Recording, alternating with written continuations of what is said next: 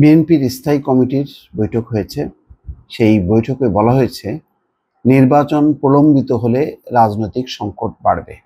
নির্বাচন নিয়ে যেই বক্তব্য জাতির উদ্দেশ্যে দিয়েছেন প্রধান উপদেষ্টা ডক্টর মোহাম্মদ ইউনূস, তাতে কিন্তু রাজনৈতিক দলগুলো উষ্মা প্রকাশ করেছে, উদ্বেগ প্রকাশ করেছে এবং তারা ঠিক বুঝতে পারছে না যে সংস্কার এবং নির্বাচনের ডেডলাইন প্রকাশে কেন দেরি হচ্ছে, এবং তাদের প্রত্যাশা ছিল যে জাতির উদ্দেশ্যে ভাষণে একটি ডেডলাইন দেবে যে সংস্কারের যতটুকু অগ্রগতি আগামী 6 মাসের মধ্যে, এর পরের 3 মাসের মধ্যে নির্বাচন হবে। কিন্তু সেরকম কোনো সময়সীমা উল্লেখ করেনি, শুধু বলেছেন যে নির্বাচনী ট্রেন ইতিমধ্যে যাত্রা শুরু করেছে। যাত্রা শুরু করেছে, এটা শেষ কবে হবে তার কিন্তু কোনো ডেডলাইন দেননি। এই নিয়ে রাজনৈতিক অঙ্গনে বেশ সমালোচনা আছে। বিএনপি এটি যথেষ্ট পরিমাণ গুরুত্ব সহকারে নিয়েছে। সম্ভবত প্রধান উপদেষ্টার এই জাতির উদ্দেশ্যে ভাষণে তার যেই বক্তব্য তা নিয়ে এত চুলচেরা বিশ্লেষণ করেছেন তারা। এখানে খবরে বলা হচ্ছে, নির্বাচন নিয়ে প্রধান উপদেষ্টার তরফে যে বক্তব্য এসছে তা নিয়ে অসন্তোষ প্রকাশ করেছেন বিএনপি নেতারা। তারা মনে করছেন, নির্বাচন প্রলম্বিত হলে রাজনৈতিক সংকট বাড়বে, একই সঙ্গে সরকার এবং রাজনৈতিক দলগুলোর মধ্যে দূরত্ব তৈরি হবে। খুবই গুরুত্বপূর্ণ পয়েন্ট। মঙ্গলবার দলের স্থায়ী কমিটির বৈঠকে এসব বিষয়ে আলোচনা করেন নেতারা। বৈঠকে লন্ডন থেকে ভার্চুয়ালি সভাপতিত্ব করেন ভারপ্রাপ্ত চেয়ারম্যান তারেক রহমান।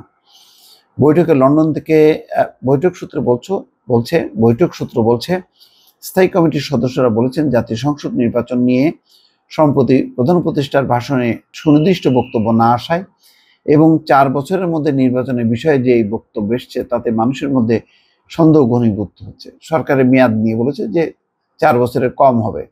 তো এতেও একটা সন্দেহ হচ্ছে যে তাহলে কি 4 বছর টার্গেট করে সরকার আছে। সূত্র জানায়, বৈঠকে নেতারা বলেন, সরকারের ভেতরে একটি অংশের দ্রুত নির্বাচন দেয়া নিয়ে অনীহা রয়েছে। নির্বাচন প্রলম্বিত করা হলে রাজনৈতিক সংকট বাড়বে, সরকারের সঙ্গে রাজনৈতিক দলগুলোর দূরত্ব তৈরি হবে। এমন পরিস্থিতি যাতে না হয় সেজন্য সামনের ডিসেম্বরের মধ্যেই নির্বাচনী রোডম্যাপ ঘোষণা করা উচিত। বৈঠকে সরকারের লক্ষ্য এবং উদ্দেশ্য পর্যালোচনা করে নীতি নির্ধারকরা। এছাড়া দলীয় কার্যক্রম জোরদার ও জনসমর্থন তৈরি করতে বিভিন্ন কর্মসূচি হাতে নেওয়ার বিষয়ে আলোচনা হয়। বৈঠক সূত্রে বলা হয়, নির্বাচন কমিশন সহ বিভিন্ন বিষয়ে সরকারের পক্ষ থেকে সংস্কারের যে প্রস্তাব চাওয়া হয়েছে সেই বিষয়টি গুরুত্ব দিয়ে আলোচনা করেন না তারা। সিদ্ধান্ত হয় কয়েকটি বিষয়ে দলের পক্ষ থেকে সংস্কার প্রস্তাব সরকারের কাছে পেশ করার। যাই হোক, বিএনপি হাল ছেড়ে দিচ্ছে না। তারা তো 15 বছর নির্বাচন থেকে বাইরেই আছে, এক ধরনের নিপীড়নের মধ্যে আছে।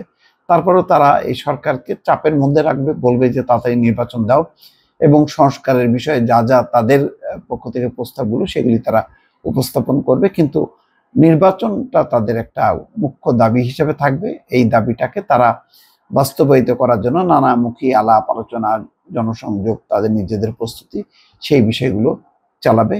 তবে এটা ঠিক যে তারা প্রধান উপদেষ্টার ডক্টর মোহাম্মদ ইউনূসের জাতির উদ্দেশ্যে ভাষণকে তারা কিন্তু কংগ্রাচুলেট করেনি, বরং তারা এটাকে মনে করছেন যে এর ফলে সংকটটা আরো ত্বরান্বিত হলো।